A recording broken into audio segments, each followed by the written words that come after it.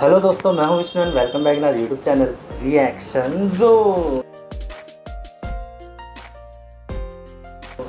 और दोस्तों कैसे हो? तो दोस्तों जैसा कि आज मैं आपके पास एक ऐसा वीडियो लेके आया हूँ जो कि नेपाल के बारे में कही हुई बातें हैं, वो भी किसी ने कही है, भारत के, इंडिया के महान योगी श्री सद्गुरु जी ने। और ऐसी ऐसी बातें कही हैं ना जिनको हर एक इंसान को, हर एक भारतीय को, हर एक नेपाली को वो चीज़ सुननी चाहिए। और ये जो वीडियो है, इस वीडियो के बारे में पूरा विश्लेषण किया है जय नेपाल के यूट्यूब चैनल पे। उन्होंने इस वीडियो के बारे में काफ़ी सारी चीज़ें बताई हैं और पहले भी हमने इनके यूट्यूब चैनल से एक वीडियो पे रिएक्ट किया था जिससे कि एक आदमी था, एक अंकल जी थे, वो नेपाल के बारे में कुछ उल्टा सीधा बोल रहे थे। तो उसके ऊपर भी मैंने अपना रिएक्शन वीडियो बनाया है, आप मेरे चैनल पर जाकर उस वीडियो को देख सकते हो। उस वीडियो पर बहुत ज़्यादा लोग कमेंट कर रहे हैं, बहुत ज़्यादा लोग उसको पसंद कर रहे हैं, क्योंकि ऐसे लोगों का बहिष्कार करना बहुत ज़रूरी है। लेकिन आज मैं बात करता हूँ श्री सद्गुरु जी के बारे में। उन्होंने जो इतनी अच्छी अच्छी बातें कही नेपाल के बारे में, वो हर एक इंसान को सुननी चाहिए। उससे पता चलता है कि नेपाल कितना महान देश है।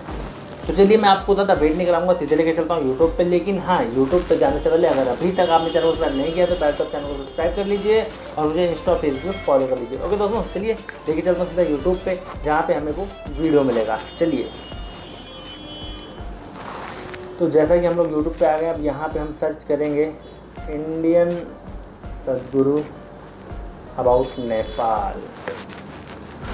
तो देखिए टॉप पे तो नहीं है वीडियो, लेकिन जी हाँ, देखिए जय नेपाल के यूट्यूब चैनल से ये वीडियो हम लोग देखेंगे और ये वीडियो में मिल गया है, सद्गुरु ने नेपाल पर कही ये बात हर भारतीय को सुननी चाहिए, Nepal is source of spirituality. चलिए वीडियो को देखते हैं, उसके बाद आगे चल के इसके बारे में पूरा डिस्कशन करेंगे, पूरी बात करेंगे। ओके दोस्तों, चलिए वीडियो को स्टार्ट करते हैं। 1 2 3 गो।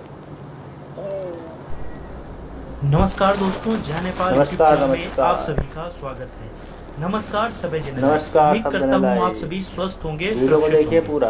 दोस्तों, एक भारतीय होने के नाते और साथ साथ नेपाल और भारत के रिलेशन को अच्छा करने के लिए मेरा ये दायित्व बनता है कि भारत के लोगों में जहाँ नेपाल के प्रति बहुत कम जानकारियाँ हैं, उस जानकारी को ज़्यादा से ज़्यादा बताया जाए और बढ़ाया जाए, ताकि दोस्तों भारतीयों के मन में जो नेपाल के लिए एक कम जानकारी का अभाव है उसको कम किया जा सके। और दोस्तों, दोनों देशों के रिलेशन के लिए बहुत इंपॉर्टेंट है कि दोनों देश एक दूसरे के बारे में ज़्यादा जाने। बिल्कुल सही बात है, आधा अधूरा ज्ञान बहुत ज़्यादा हानिकारक होता जहाँ है बात दोस्तों। करने वाले हैं कि नेपाल के बारे में भारतीयों को हमें कुछ बताना चाहता हूँ। इसके अलावा बात करेंगे दोस्तों कि विश्व प्रसिद्ध धर्म गुरु, और बात करेंगे सद्गुरु जी, जिन्होंने बहुत सी हिंदू धर्म में बुक्स लिखी हैं और विश्व प्रसिद्ध हैं। दोस्तों, इन्होंने नेपाल के ऊपर क्या कहा था। तो चलिए हमारी इस रिपोर्ट को स्टार्ट करते हैं और देखते हैं कि आखिरकार सद्गुरु जी ने नेपाल के ऊपर क्या कहा था।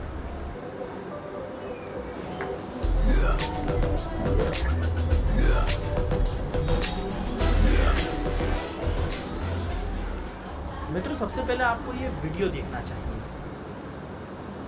Large parts of India was like this at one time. Bharat का बड़ा हिस्सा एक समय ऐसा था कि पूरी जमीन को एक जीवित शरीर की तरह बनाया गया था। जिस तरह से मानव शरीर में ऊर्जा के केंद्र हैं, उसी तरह उन्होंने हर शरीर में ऊर्जा के केंद्र स्थापित किए।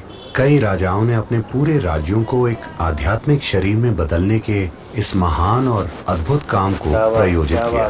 क्या बात है। नेपाल एक ऐसी जगह है जहां ये चीज भारत के किसी भी भाग से कहीं ज्यादा जीवंत है, सिर्फ इसलिए क्योंकि पूरी संस्कृति ने इसे सहारा दिया। आज भी नेपाल की 98% आबादी के लिए मंदिर जाकर मुक्ति मांगना उनके मन में सबसे ऊंची चीज है। ये चीज भारत में बड़े पैमाने पर खो चुकी है। हाँ, मुक्ति सबसे ऊंची चीज नहीं है, अमेरिका जाना सबसे ऊंची चीज है। सही बात है यार। आपने इस वीडियो को देखने के बाद क्या समझा नेपाल के बारे में? दोस्तों, नेपाल के बारे में जो सद्गुरु ने कहा वो काफ़ी हद तक सही है। दोस्तों, इसके पहले भी और बाद में भी सद्गुरु जी ने नेपाल के ऊपर बहुत सारी बातें कह चुके हैं।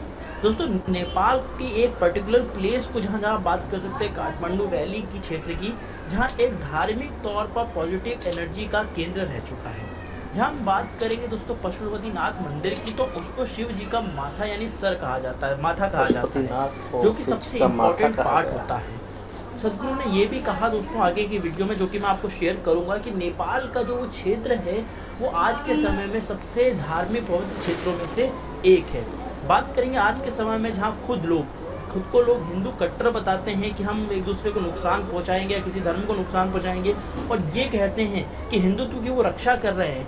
कहीं ना कहीं इस वीडियो के सदगुरु ने उनको समझा दिया है कि आखिरकार अपने धर्म को आप किस प्रकार फॉलो कर सकते हैं। दोस्तों, जहां सदगुरु ने कहा कि भारत में आध्यात्मिक टूरिज्म, एक आध्यात्म जो है वो टूरिज्म के रूप में जहाँ तक प्रचलित होने लगा है, काफ़ी हद तक ये बात सही भी है। मैं ऐसा नहीं कह रहा कि ये पूरी चीज़ें पूरी तरह से हो चुका है, लेकिन भारत की बहुत कम हिंदू पॉपुलेशन है जो इसको संजो के रखी है as compare to Nepal. Nepal की पॉपुलेशन और दोस्तों नेपाल के लोग हैं, जो पर्टिकुलर उस प्लेस के लोग हैं, उन्होंने इस संस्कृति को अपने साथ संजो के रखा है।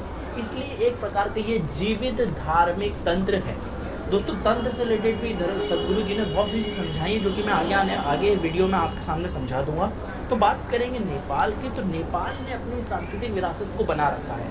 शायद आप कुछ समझ पा रहे हैं चीज़ों से कि क्या क्या मैं नेपाल के बारे में आपको ये बताना चाहता हूँ। नेपाल की बात करें काठमांडू शहर की, तो एक प्रकार का पॉजिटिव एरिया उस सिटी के अप्रॉक्सीमेटली राउंड करता है, जो कि पूरे नेपाल को, पूरे इस एरिया को, साउथ एशियन एरिया को कहीं ना कहीं एक शक्ति प्रदान करता है। अच्छा, बात करेंगे सदगुरु जी की, तो सदगुरु जी ने दोस्तों और भी इसके ऊपर चीज़ बोली है। तो कहीं ना कहीं देखिए, हमको एक चीज़ समझनी पड़ेगी कि जहाँ हिंदुत्व के ऊपर या हिंदू के ऊपर हम आपस में लड़ते रहते हैं, इसके अलावा अगर हम इस चीज़ों पर ध्यान दें कि हम अपनी संस्कृति को आगे कैसे बढ़ा सकते हैं। देखिए, हिंदुत्व से राम, श्री राम, ये सब हम सबके इतिहास है, किसी धर्म से रिलेटेड नहीं है, हम सभी के ये इतिहास, हम सभी की हिस्ट्री हैं। इनको हमको सजो के कैसे आगे ले चलना है, हमारी संस्कृति को कैसे आगे ले चलना है। कहीं ना कहीं दोस्तों, हम भारतीयों को एक पॉजिटिव तौर पे नेपाल से कहीं ना कहीं इस पे सीखना चाहिए, सदगुरु जी कहते हैं। दोस्तों, उम्मीद करता हूँ आप आगे आने वाले वीडियो में देखिए, जो मैं आप वीडियो के सामने बात प्ले करने वाला हूँ, वहाँ भी सदगुरु ने कई बातें नेपाल के ऊपर कह रखी हैं, आपको ध्यान से सुनना चाहिए। उसके लिए मुझे एक्सप्लेन करने की जरूरत नहीं पड़ेगी, आप उनके शब्द से ही समझ जाएंगे कि क्या क्या चीज़ें सदगुरु जी या फिर मैं उनके जरिए आपको बताना चाहता हूँ। ठीक है। This is a tremendous experiment, a successful experiment that certain beings or a group of beings of phenomenal caliber created.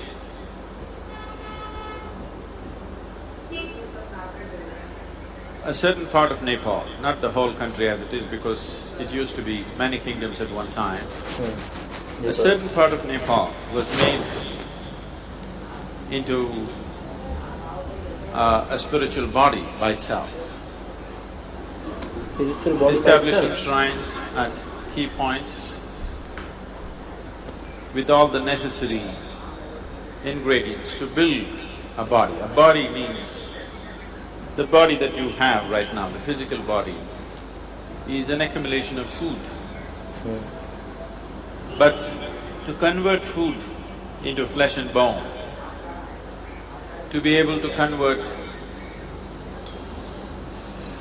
a piece of bread or a vegetable or a fruit or whatever else you consume into human body, there is an energy system, there's an energy body. So they built a massive energy body across the geography of a certain part of Nepal, so that the whole population can live in a consecrated space.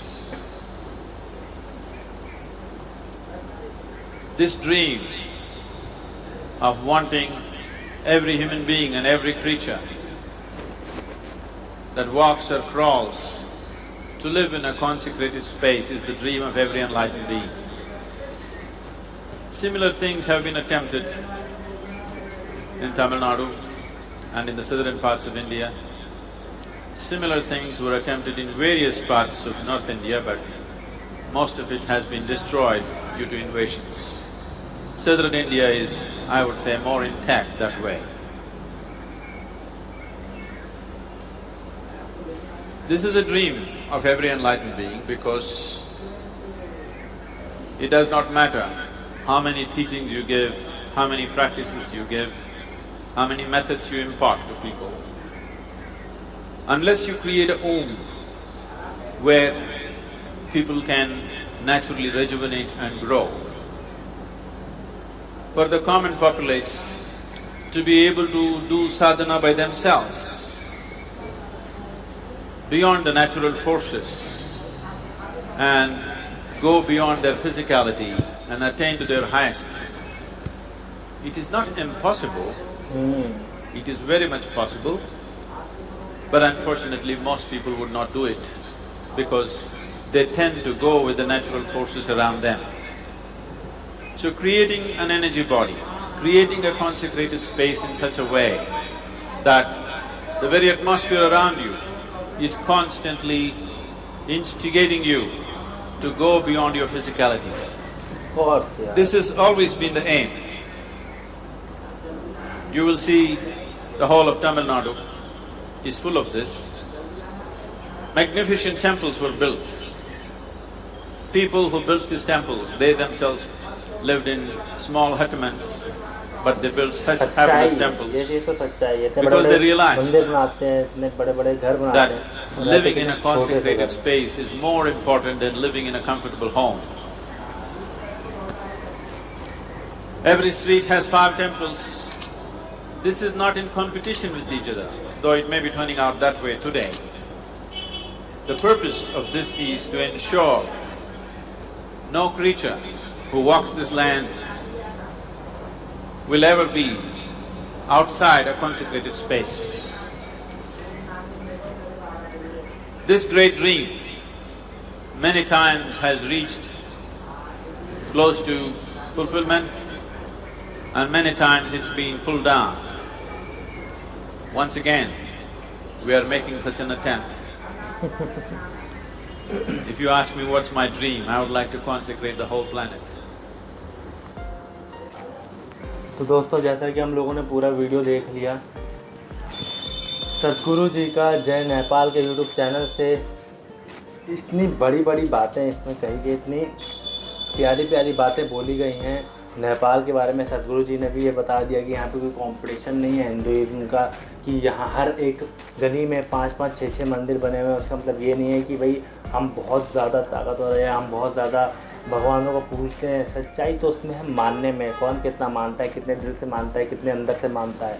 बहुत से लोग तो ये करते हैं, सद्गुरु जी ने खुद कहा, बहुत से लोग करते हैं कि मतलब कि इसमें कंपटीशन थोड़ी है कि भाई तुम्हारे पास किसी और रिलीजन के 10 मंदिर बने हैं तो तुम अगली गली में 11 बना दो, ऐसा थोड़ी। और जय नेपाल ये मिश्रा जी हैं, इन्होंने भी कहा कि बहुत सारे लोग ऐसे होते हैं कि जो मतलब कहते हैं कि हम अपने धर्म की रक्षा करते हैं, दूसरे धर्म को हटा देंगे, फेंक देंगे, मार देंगे, लड़ाई झगड़ा करेंगे। तो इन सब चीज़ों के बारे में जो सद्गुरु जी ने बहुत बड़ी बड़ी बातें कही है, नेपाल के बारे में जो कहा है, वो तो वीडियो में हमें पता चली गया। बाकी आप लोगों को वीडियो कैसा लगा, अच्छा लगा हो वीडियो तो इसको शेयर ज़रूर करना, इसके अंदर सच्चाई हो तो वीडियो को शेयर ज़रूर करें और लाइक करके कमेंट सेक्शन में मुझे बताइए कि अगर ऐसी और भी कोई वीडियो है, इस वीडियो में कुछ गलत बोला गया है या कुछ झूठ है या उससे रिलेटेड कोई और चीज़ है तो मुझे कमेंट में बताइए। ऐसी और भी कोई वीडियो है तो मुझे मेंशन कीजिए, इंस्टाग्राम पे मैसेज कीजिए, मैं उसके ऊपर अपना रिएक्शन वीडियो बनाऊंगा। बाकी इस वीडियो के बारे में आपकी क्या राय है वो भी मुझे आप बताते रहिए। ओके दोस्तों, चलिए आज के लिए बस इतना ही और लास्ट में इतना कहना चाहता हूँ कि आप लोग अपना प्यार यूँ ही बरकरार रखिए, मुझे यूँ ही सपोर्ट करते जैसे कि मैं ऐसी और भी ढेर सारी वीडियोस लेकर और आप लोगों के साथ शेयर करूँ। चलिए दोस्तों, मिलते हैं फिर अगली वीडियो में तरह की धमाकेदार परफॉर्मेंस के साथ। तब तक के लिए